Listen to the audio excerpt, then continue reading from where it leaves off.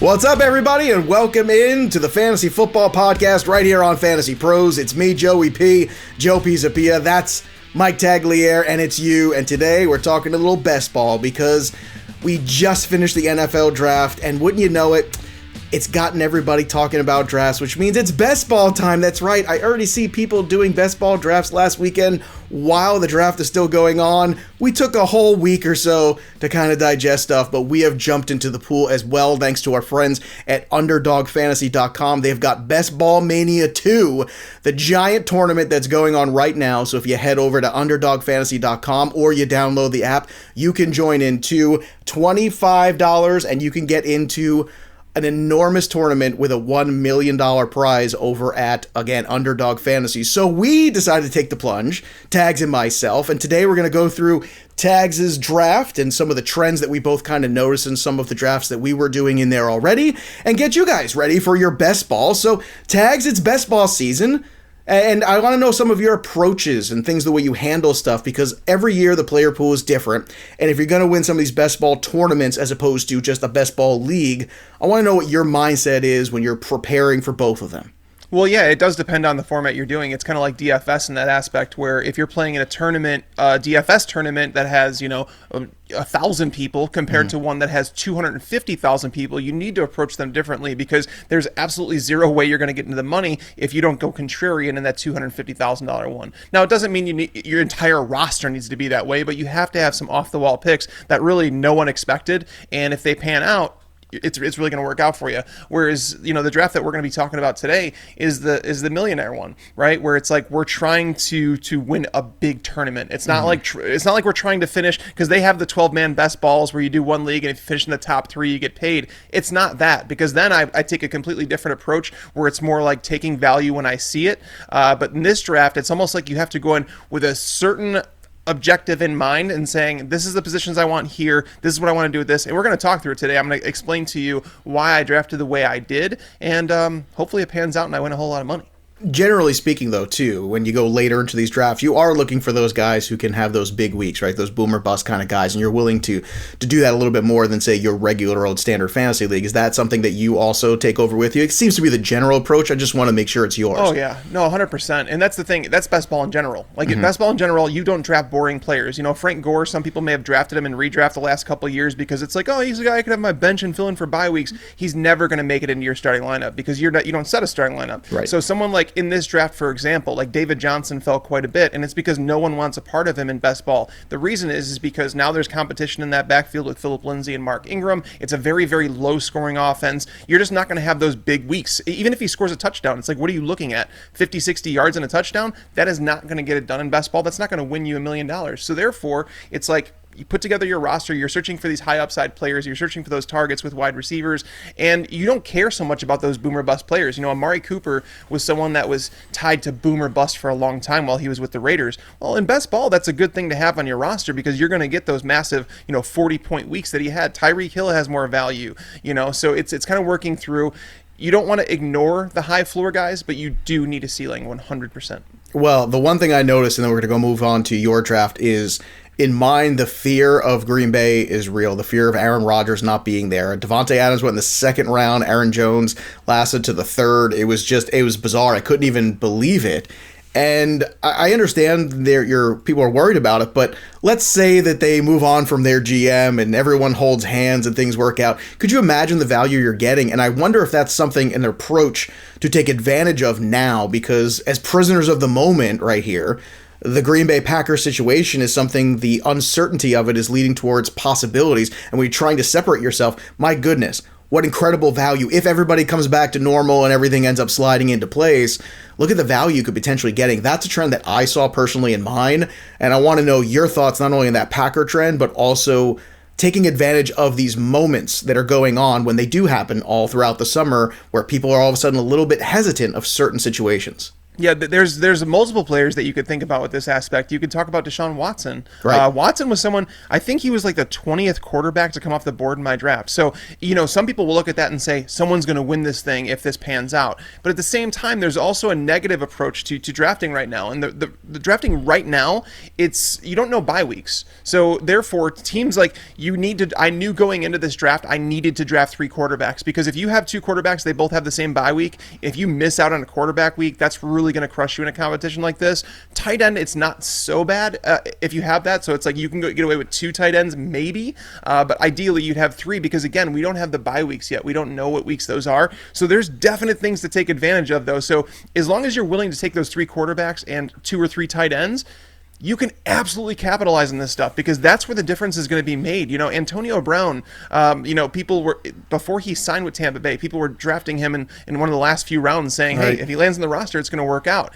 Obviously, that's going to pan out for those people. So there is definite advantage to kind of being ahead of the curve with everything right now. So, the negatives are there, sure, but I think that there's more positives to be had as long as you're drafting those 3 quarterbacks and 2 or 3 tight ends. All right, so what are the risks that are worth taking? We'll go through it here, and I got to say, this is Tags' Underdog Fantasy Best Ball Mania 2 draft, and it's a fun site to draft on. It's very clear in terms of layout, which is nice, because sometimes some of those are not as much in Best Ball, so it's nice to have a format like this. Underdog does a really good job, and if you want to get in there again, win $1 million prize, sounds pretty good to me, and there's a lot of prizes to be won, a lot of money to be won. Go to UnderdogFantasy.com or download that app, and you can get involved as well. Let us start here. 3 of your first 4 picks here, you went running back. Derrick Henry, Miles Sanders, and Travis Etienne. I totally understand the Henry one. I'm president of the fan club, have been for a very long time. Take me through Sanders and Etienne. Now, Etienne, I definitely think is a great value there. I love the upside. I'm not buying this whole, we'll work him in slow kind of nonsense. You don't draft a guy in the first round to work him in slow. You draft him to work. So it's the Miles Sanders one I'm a little concerned with. So walk me through your thoughts on these 3 running backs and why you decide to go so running back heavy in this early going. Yeah, no, I was just looking for workhorse running backs. I knew going into this draft I was going to go running back early. I was hoping that a tight end would fall to me in the second round, which he did. We'll get to that. But the running backs, I knew I wanted to attack it because I've never been a fan of the 0 running back approach. I never want to rely on injury in order to get production out of players. I just feel like that's luck. Where it's like taking these players here, I'm getting running backs that should be locked into 15 plus touches per week, and then I don't really have to worry about it. Then I can take a chance on some running backs later in the draft as long as I lock up these 3 here. So getting Derrick Henry, obviously, it's a half PPR format, so that does matter. If it's full PPR, you might want to downgrade him just a little bit. Most people would be surprised, but the only other player I was considering with that pick was Ezekiel Elliott, and Elliott's falling to like the turn, which is I think it's robbery right now. I think that's going to change as we get closer to the season. But getting Derrick Henry, obviously he's going to be my go-to guy, the guy that I'm relying on these big performances. Miles Sanders, new coaching staff coming in with Nick Sirianni. I don't think that we have to go back to the Doug Peterson days where it's like, oh, this guy's getting 10 to 15 touches per game. Once Jalen Hurts took over, it seemed like those 2 paired together extremely well, and Miles Sanders benefited from having that mobile quarterback. So I like Miles Sanders more than most. The player I passed on him for, I passed to get to take him. People would probably be surprised, J.K. Dobbins. And I was torn between those 2, but Baltimore's backfield, that is the same coaching staff, and that's the coaching staff that has split that work continually. And Dobbins is going to break up some longer runs. Miles Sanders is going to do the same thing. Miles Sanders was like the first running back in a long time to actually score more than, I think it was 15 fantasy points against the Steelers' run defense in the middle of the year. It's because he broke a couple long runs.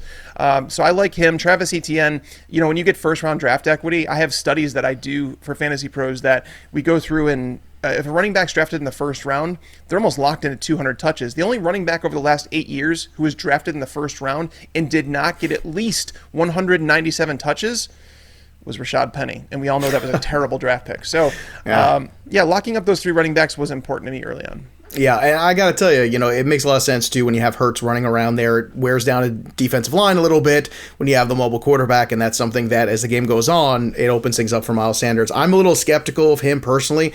I personally would have gone Dobbins there for myself, and it's more because I like what I saw towards the end. I like the trend. I think the trend's moving upward, and although, yes, there was still a lot of share going on there, I still think it's going to be a very run-heavy attack, and I still think now in year 2 with Dobbins, you're going to see him start to get more of that share. I think it was just more of a rookie share than it was a conceptual share from the franchise in terms of, where we want to go with this running back. I think they want to go with that running back, and I think we're going to see that. But once again, I think you nailed it in terms of getting 3 running backs early, and as you mentioned, second round, you did get Kittle. How important is it to you to come away with Waller or Kittle or somebody like that in these drafts if you can? I knew I wanted to here. I really did. Kittle, Kelsey, Waller, those are the can't miss players. Mark Andrews now has more competition for targets. We know that's a run first offense. Kyle Pitts, for as much as people like him, I cannot invest a high pick in him. So it's either I was going to get one of those top tier tight ends, or I was going to wait and then stack tight ends at the end. I'm a fan of ends, or I was going to wait and then stack tight ends at the end. I'm a fan of in best ball. You need to take advantage of it because the tight ends it's the top, and then there's everybody else. They blend together, especially when you figure in best ball that you don't really have to predict the touchdown weeks. You don't have to predict the opponents and all that stuff. But Kittle, getting him in the second round, if he were to stay healthy, I don't think people realize just how good George Kittle is. I did not think he was going to fall to me at 2.9 in a best ball format. Because, again, this is not like, and especially the millionaire one, where it's like, if you have players that get hurt, you're probably going to be screwed anyway. So why not take the chance on the guy if you know he stays healthy for all 17 games now, which sounds weird. If he stays healthy for all 17 games, 16, whatever. 17. No, believe me, the adjusting in my mind, too, that nobody can be 500 anymore. Yeah, with the odd schedule. Yeah. That's something that I can't wait on Betting Pros to talk about, the difference of that mindset for teams that are in a spot late in the season. It's like, well, it's either a winning season or a losing season now. Yeah, so it is. Unless you get that tie in there, but still, like that's a very different mindset, I feel like. Yeah, Jeff Fisher, I don't know what he would do. He would go crazy. He'd be nuts. He'd have to tie one of the games, right? at least one. All right, let's talk about those wide receivers real quick. And I, just to piggyback what you're saying, I think Kittle is a great chance to take. If you're going to be wrong, okay, but take the chance on a position where already it's in question. Like if you're taking a chance on Kittle and he is great, you're so much better than everybody else at tight end, and you're going to get so much more productivity out of that spot. So I think it's a very calculated risk worth taking, and a very good one in best ball. Wide receivers, you had Odell Beckham Jr., DeVonta Smith, Antonio Brown, Jaylen, Waddle. So although these guys have some upside, is there enough of a weekly floor too? I guess that's my question for you. I didn't really care about it in this one because again, okay. this one's all or nothing. If I was in a best ball draft where it was finishing the top 3 of 12 people, I probably would have drafted different. Odell Beckham, where I took him in the 5th round, his ADP, because on the app you'll see the ADP and basically where it aligns with my rankings, and I could have probably waited another round or 2 to take him in terms of where he's been going in drafts. But it was more like, hey, we're drafting to try and win this tournament. We're not trying to go 500. We're not trying to fit just a little bit above the pack. We're trying to win. And if you get Odell Beckham at his ceiling with Cleveland, it's like he comes back a player off this injury. Baker Mayfield grew in the offense. The offense grew as a whole. They obviously can run the ball. If Beckham's in single man coverage, good luck. That's all I have to say to the defender. And if he stays healthy. So that was one where, again, I know there's some risk with that pick as my number 1 receiver in the 5th round, but then getting DeVonta Smith. DeVonta Smith he's the number 1 there in Philadelphia. There's no ifs, ands, or buts about it. You don't trade up to draft that player.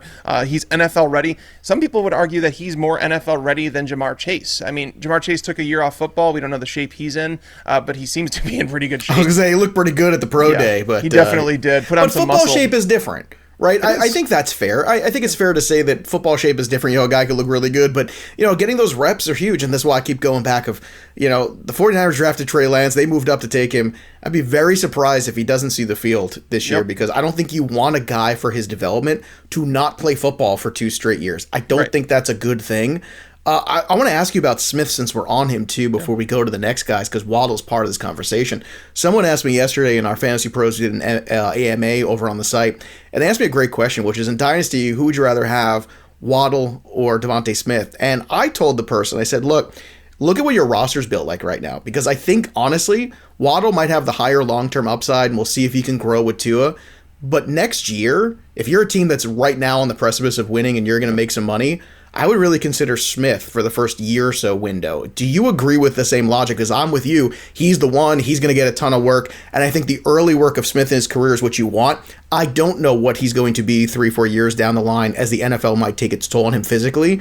But right out of the gate, I think he might be the guy who helps more. And it feels like you're kind of reiterating that sentiment here. Oh yeah, no, definitely. I think you're 100% on there in terms of Waddle competing with Devontae Parker and Will Fuller for targets from Tua Tagovailoa. Does he grow as a player? Is there consistent targets with Jalen Waddle? I think he's more of the boom or bust player right out of the gate. Whereas like if they decide to let Will Fuller walk after that 1-year contract, then Waddle, it's like, okay, you're going to see him grow into a more consistent fantasy football player. Whereas DeVonta Smith right out of the gate, I mean, it's going back to the idea of him and Beckham, right? It's like these guys, do they have injury concerns? Sure, but I think the NFL today has made it more likely for players like DeVonta Smith to succeed in the NFL because they don't allow those big hits over the middle of the field. You know, you can't hit a wide receiver who basically doesn't see it coming. You can't hit him the way you used to. So I think he's going to be perfectly fine in this league. I'm with you. DeVonta Smith may not have the ceiling that Jalen Waddle does, but I think he's the safer pick in fantasy drafts right now. And on my top 50 big board that I did for Dynasty rankings, I did put him 1 spot ahead of Jalen Waddle. So I have them right next to each other. My goodness, it feels so good that I just got it by 1 spot. But it's a great question, and it gave me pause. And the fact that you had them 1 spot apart, I think is really, it says all you need to know about what people should be thinking here. And I do think it has to do with how you are ready to compete this year. If you're a team that's still rebuilding and you want to take the upside of Waddle, that's cool. But in the best ball situation, I still think he's worth the pick. I'm hoping that Tua makes that adjustment. I hope he's able to take that step forward. I'm optimistic with a full offseason of OTAs and workouts and a preseason that we can see that. Also, I think that there was a negativity just because I think in the locker room, it's something that we don't talk about enough, but I think in the locker room, that divide of, hey, we're doing really well, we're on the precipice of being a playoff team, why are we changing right now? But they're putting the long-term interests of the organization first. They were not going to win a Super Bowl last year. The Dolphins, it might have been a playoff team. Tags, what about AB? I know that's a pick here that you've taken, and he is somebody that joined the Buccaneers later on, and Brady's always had an affinity for him. How much of an impact do you think he can make, and is best ball the best format for AB? I mean, it's really tough to say with Mike Evans and Chris Godwin there that it's massive, but it's more like I'm taking potential here with Antonio Brown, still one of the best receivers in the game. I think when you saw him join the team last year, he was a guy that was, I don't want to say he wasn't in football shape, but he wasn't in football shape. And I think you saw that right out of the gate where it's like he had a slow start, but then as the year went on, you saw him turn more and more into a fantasy wide receiver that you could trust in lineups. And then Mike Evans missed that one game, and it's like a couple touchdowns over 100 yards, and it's like, oh, Antonio Brown's back. And now they sign him. They made it a point to sign him when they have developing wide receivers like, Colin Johnson.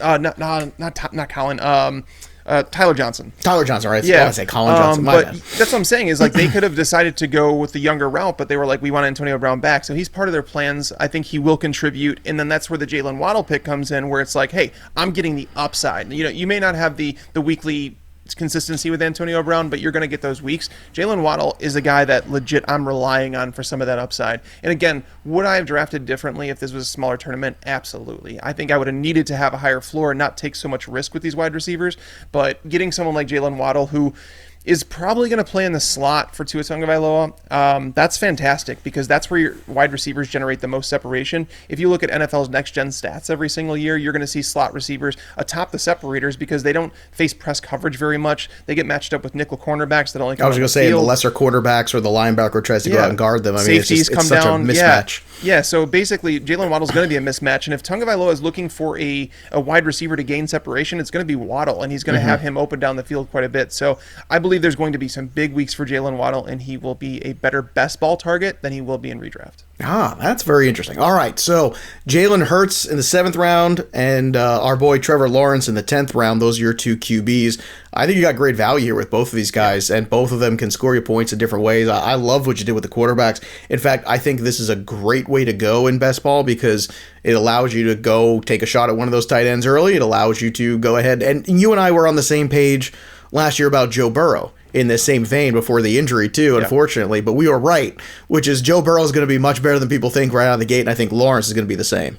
Yeah, so taking Jalen Hurts where I did not expect. I've been on record to say that I'm not like a huge Jalen Hurts guy. Me neither, but I like the value here in this format. I think he was like the 10th or 11th quarterback off the board in this draft. So that's where he should be. He should be somewhere between 10 if you love him and 14 if you're unsure. I think I can make the case from 8 to like 14 for him, because now that they don't have competition on the roster, it's like I think he's going to fall in that range. Is there upside for more? Sure, but I don't know if the talent's in place for him to do that. And again, in a new offense, typically they run the ball a little bit more. But again, I mean, he has that rushing upside we're looking for. Trevor Lawrence, that was a pick that I may have reached on just a little bit, but I'm okay with it. I don't think you did. I think this is the same argument we made last year with Burrow, and it might even be more so because you're dropping him in a situation where there might be a little bit more, I don't know, cohesiveness with this offensive unit from the get-go. No, right, and they're going to build this offense around him. They drafted players to fit him. Travis Etienne, they brought him in, his college running back. They literally drafted players to fill it. Yeah,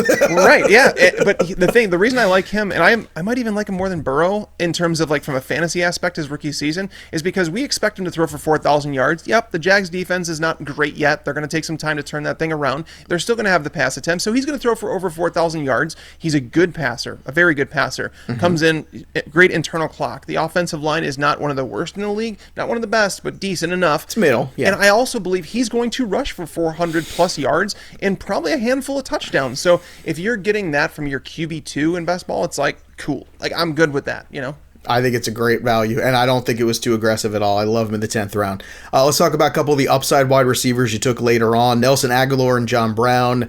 I mean, to me, these are prototypical best ball guys, right? I mean, you look at what Agholor did last year in that run he had. Was it 6 of 7 games or something like that? He rattled off a touchdown at one point, and he was that guy for the Raiders. We'll see if he could be that guy for the Pats.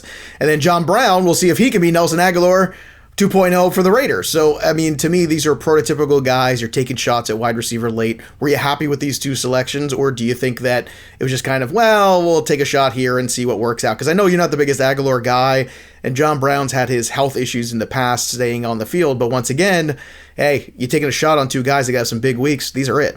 Well, I knew I took receivers early in the draft that were not exactly, you mentioned it in the notes, you said, is there a consistent enough floor for you? But in reality, I'm not looking so much for floor, but again, you can't ignore that completely because you need something. So the wide receivers I drafted, if you kind of look at it, the ones I took in the later rounds, Nelson Agholor, John Brown, and Tyrell Williams, these are all guys who might be the number one wide receiver on their team. I think Nelson Agholor is actually a lock too, now that Julian Edelman is no longer with the team. I think Agholor will lead the Patriots wide receivers in targets. Now, if they go to Mac Jones, there's going to be a lot more pass attempts than there are under Cam Newton. And I think that's going to happen sooner rather than later.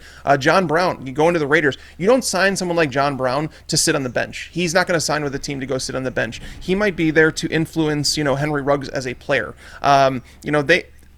Again, John Brown's going to play football. It made me lower my expectations. John Brown's a good football player. Very good football player when he's on the field. Now when he's on the field. That's the problem. Yeah, and then Tyrell Williams, I think people have forgotten about Tyrell Williams. I was never, ever, ever a Tyrell Williams fan. When he went to Las Vegas, I said that it was one of the worst signings in free agency. They're going to regret that, and everybody's like, no, draft him as a wide receiver 3.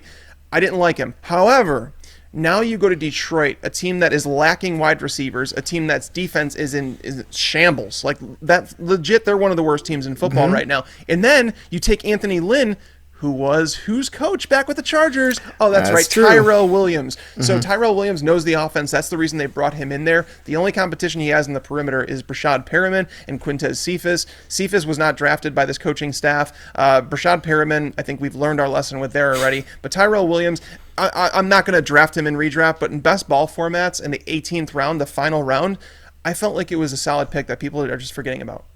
All right, and I want to talk about Kenneth Gainwell, too, another pick that you took, who happens to be part of that Eagles backfield. And I want to know what your approach was here, because you and I have talked about Gainwell a lot, which is if he lands in the right spot, he could be a very intriguing player this year, especially as the year goes on. I think somebody in the second half, we start to get him involved in the passing game a little bit. Maybe you line him up in the slot a little bit, too. You could do some different things with this kid. And you and I have always been lockstep here. I know you and I were both hoping to end in Arizona. That didn't happen. Instead, he's with Philadelphia. But I don't think that's bad necessarily either.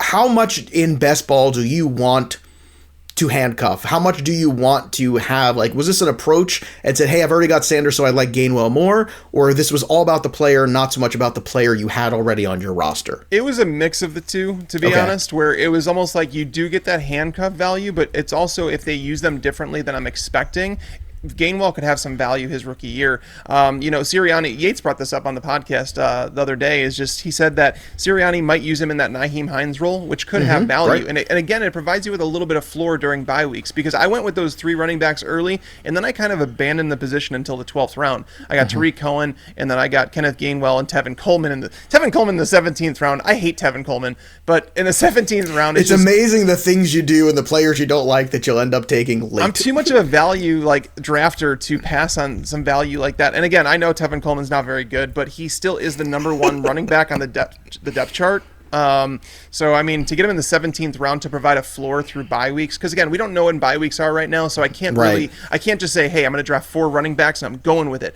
I think once we figure out bye weeks, that's where your approach can change in these drafts, because again, you need your players to stay healthy. And if you draft 4 running backs that you have confidence in, it's like you can ignore the position for the rest of the draft. And if they stay healthy, you're probably going to be set up for success, because you're going to have tons of wide receivers, which are the ones that are a lot more volatile than the running backs. Because again, wide receivers nowadays, it's rare to see, workhorse wide receivers. You don't see wide receivers getting 140 plus targets on a regular basis anymore. You're seeing more 3 and 4 wide receiver sets, and because of that, you're seeing fantasy production spread out among wide receivers, and it's giving you more options than ever. So basically for me, in these drafts, my advice is to take more wide receivers with the later round picks. Use your high equity on running backs, and if you can snag one of those top tier tight ends, more power to you. Yeah, that's my approach as well. So I'm going to double down on that with tags, because there's a finite number of those bell cow backs, as he was talking about. That's why you hit it so early. And if you do hit it early and you like the guys you've got, then there's so much more value there at wide receiver, because as Tags is saying, it is more spread out, which means there's more guys eating. If there's more guys eating at the table, then there's more options for you. And I think it's just the evolution of the NFL. It's where we are right now. In the 11th round, you also took Jonnu Smith, which I thought was a really good value there. Personally, you know me, I'm a big Jonnu Smith guy going back to Tennessee. Not as big as Yates, but then again, nobody can be. But I still believe, and I'm going to plant my flag on this all summer long as we're doing draft coverage, that he is going to be a huge focal point in this offense. And yes, Hunter Henry is there, but Jonnu Smith is that guy, and if they're going to have to run the 2 tight ends, they will do that regardless and just try to get mismatches where they can. You mentioned about Mac Jones taking over. How does Mac Jones potentially taking over now at some point in this season? Because it's very rare nowadays a first-round quarterback selected doesn't take over at some point in the season. How does that affect your shares of any of these Patriot players, like Jonnu Smith or Agholor, or maybe some of the other guys like a Damian Harris who we didn't even talk about? Damian Harris, I don't know. I want to say that everybody would benefit, because Cam Newton, not a particularly great passer. We've been there, we've done that, we've seen it enough to know that he's never going to be that top tier passer that you can rely on pass catchers with. He's just not. No. He does have mobility as a quarterback. He does offer rushing upside, touchdowns in the goal line. But when you bring in Mac Jones, they're going to throw more, because they're going to be able to. Josh McDaniels is going to be able to implement the offense that he had back when they worked with Tom Brady. A very immobile passer, someone that you're relying on to be accurate, get through his reads really quick. Mac Jones is pro-ready to do that, and that's why I thought New England taking a shot on him at 15 in the draft made a lot of sense, because again, he would fit Josh McDaniels' offense more than someone like Cam Newton. But they have to figure that out, because it's not a situation where, again, we don't know the bye weeks right now, but it's such a different offense that you prepare for with Cam Newton and Mac Jones that it's almost like they need to either do it basically start the year with Mac Jones, or say, we're going to let Cam start out, see how things go, and eventually transition to Mac Jones around the bye week, because then they'll get a couple weeks to transition the offense. Well, that's why bye weeks are so important right now to find out, because we can't even start to speculate that. Right. If there's a week 4 bye week for the Pats, it's going to be much more a complicated situation than a week 9 bye week or 8 or something like that. Exactly. So, yes. Very difficult. So, yeah. Are you somebody that would wait till the schedule comes out before you start to really get crazy into best ball? Or, it depends. Like said before, do you take advantage of your knowledge and other people's fear? Me personally, considering I'm going to do more of the value drafts where I'm going to do more of the 12 team, finish in the top 3, because that's just I'm a better drafter in those situations than I am in like crazy big tournaments. But just because, again, I don't think too far outside the box. I'm usually like just too level headed for that. That's why in DFS, I'm a better cash game player than I am tournament. Sure. But I learned to stick to smaller tournaments, and I've done better there. So me personally, I'm probably going to do afterwards. But if you're trying to win the $1 million prize and you're trying to go through all that and try and win the big money in these contests, I think now might be the best chance for you to do that, because again, there are some question marks going into the offseason that are surrounding players, and you're getting values because of that. So if you go in there and say, hey, I'm just going to throw at least this dart, and I'm going to say I'm going to draft my guys, but I'm also going to take those risky players, the ones that are falling in drafts, the Aaron Rodgers, the Deshaun Watsons, now Devontae Adams, Aaron Jones. You're going to take those players and you're going to say, hey, so if they pan out, it works. I have a really good chance to win a lot of money. There you go. And you have a lot of chance to win big money as well over at Underdog Fantasy. Best Ball Mania 2, the best ball out there, is the best contest that's going on. $3.5 million worth of prizes and a $1 million prize for first. $1 million just for drafting a fantasy football team and then not having to do a darn thing after that. Sounds pretty good to me. Head over to UnderdogFantasy.com. Get your entry today for Best Ball Mania 2. You can get UnderdogFantasy.com or go to the app to get involved. That'll do it for us, but the story of the game goes on. For Tags, I'm Joey P. We'll see you next time, kids. Thanks for tuning into the Fantasy Pros YouTube channel. Make sure to check out our featured videos as well. Also, make sure to click that red subscribe button to get notified when we post videos in the future.